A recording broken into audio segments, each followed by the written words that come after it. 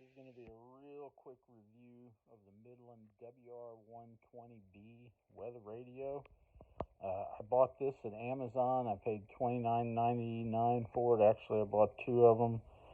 And you can also get these in stock. They're in the local Walmart. The last time I checked, that's in New Bern, North Carolina.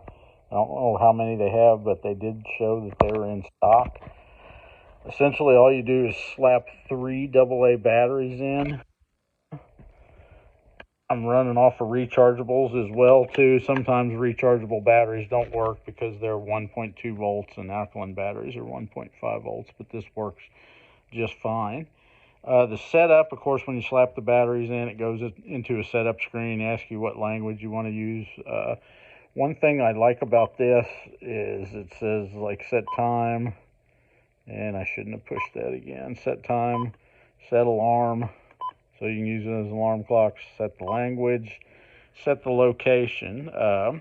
There's a 6-digit code that you put in for something called SAME, and that is specific area messaging encoding, I think.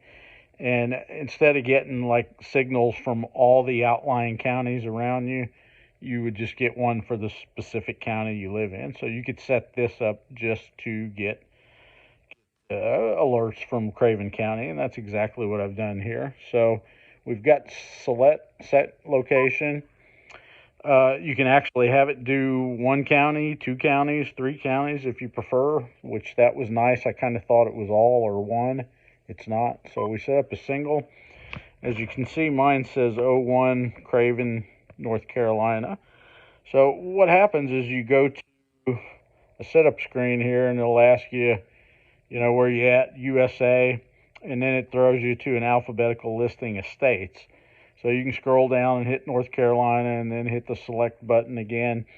And then you just scroll down until you hit Craven County. So there's no need for you to look up the codes for the same encoding or anything. It's a very easy setup. Of course, it takes a while to get from the very first state down to North Carolina, but you only have to do it once.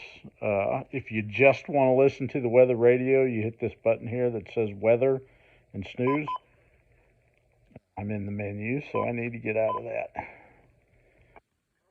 Advisory in effect from 5 a.m. to 7 p.m. Monday. High surf advisory in effect from 5 a.m.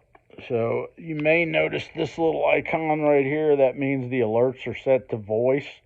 That means when the National Weather Service alert, this thing will scream at you, and then you'll get a voice alert telling you what that is.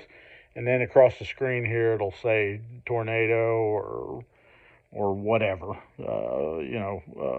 high winds, or I'm not sure what the actual warnings can be, but it will spell it out for you there on the main screen. Now, what don't I like about it? What I don't like about it is it costs $30, which is not very expensive.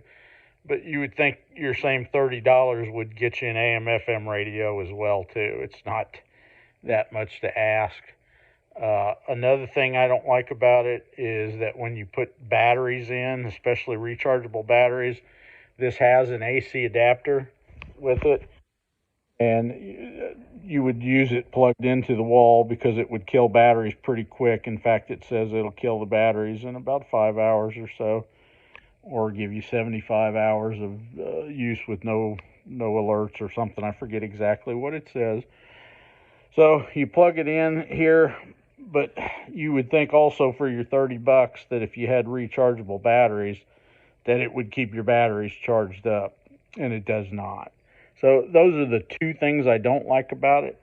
Other than that, it's ridiculously simple. You turn it on, tell it you want English, you're in the United States, North Carolina, Craven County, and then you set the time and tell it what kind of alerts you want, voice or just text alerts or whatever you want. So $30 can't beat it. I think it's probably the best radio for the neighborhood, and I think you should buy one.